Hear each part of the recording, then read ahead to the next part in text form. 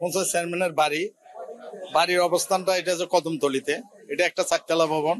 চারতলা ভবনের চারতলায় অগ্নিকাণ্ডটা সংঘটিত হয়েছে। এটা 2:35।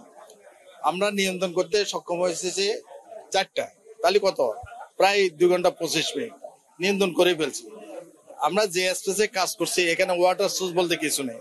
এখানে আমার বড় ধরনের ইকুইপমেন্ট আর টার্ন টেবল ল্যাডার অথবা স্নুরকেল লাগানোর অবস্থা নেই। তো আমরা এই ভবনের মধ্যে একটা সিঁড়ি মাত্র, এই একটা সিঁড়ি দিয়ে এত বড় লম্বা বিল্ডিং এ কাজ করা ছোটা। আর আপনি বলছেন তুলা লাগানো, আসলে এই যে কম্বল গুলো তুলেছে অধিক জলে এবং এখানের মধ্যে কার্বনের পরিমাণ বেশি।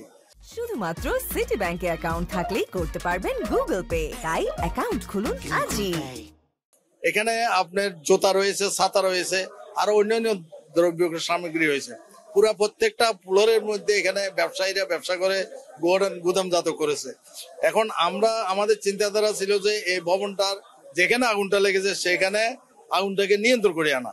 এবং আমার যে 8টা ইউনিট, এই 8টা ইউনিট একটা সিঁড়ি দিয়ে এবং পার্শ্ববর্তী স্থান থেকে আমরা আগুনটা নিয়ন্ত্রণ করার জন্য চেষ্টা করেছি। সর্বশেষ আমরা 4টে বাজে আগুন নিয়ন্ত্রণ করতে পেরেছি। আমাদের এখানে আগুন নিয়ন্ত্রণ করার জন্য আমাদেরকে, যেমন আমাদের কমিশনার মহোদয়, আমার ডিজি, অন্যান্য আর্মি, পুলিশ সহ অন্যান্য প্রশাসন লোকজন সার্ভিস সহযোগিতা করেছে। আমরা এখানে যেহেতু ওয়াটার সোর্স নেই, আমার গাড়িগুলো বারবার পানি সংগ্রহ করে আবার নির্বাপন করতে এসে এখানে দাঁড়িয়েছে। যদি আমার স্পেস থাকতো এবং যদি কাজের পরিবেশ থাকতো তাহলে এখানে কাজ করা আরো সহজ হতো। না হলে এই গোডাউনের মধ্যে যে আগুন যেভাবে ভয়াবহতা, স্থানীয় জনগণের সাথে আলাপ করলে বুঝবেন এই আগুনটা এত সহজে নিয়ন্ত্রণ করা সম্ভব ছিল না। বর্তমানে আমরা নিয়ন্ত্রণ করতে সক্ষম হয়েছি। আমাদের হিসেবে না, জনগণের হিসেবে অল্প সময়ের মধ্যে ফায়ার সার্ভিস আগুনটা নিয়ন্ত্রণ করে ফেলেছে। যদি না হতো তাহলে এই চেয়ারম্যান যে তার এলাকা, এই এলাকার মধ্যে এই আগুনটা বিস্তার লাভ করতো।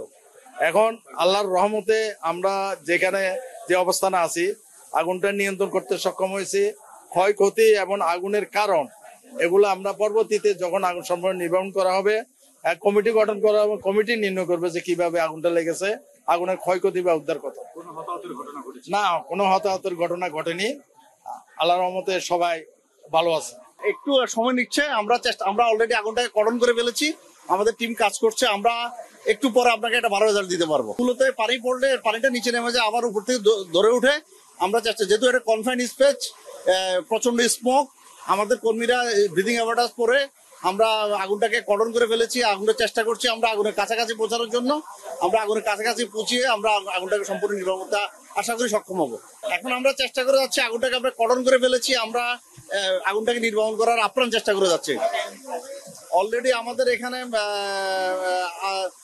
2 স্টেশন থেকে প্রায় 6 থেকে 7টা ইউনিট কাজ করছে।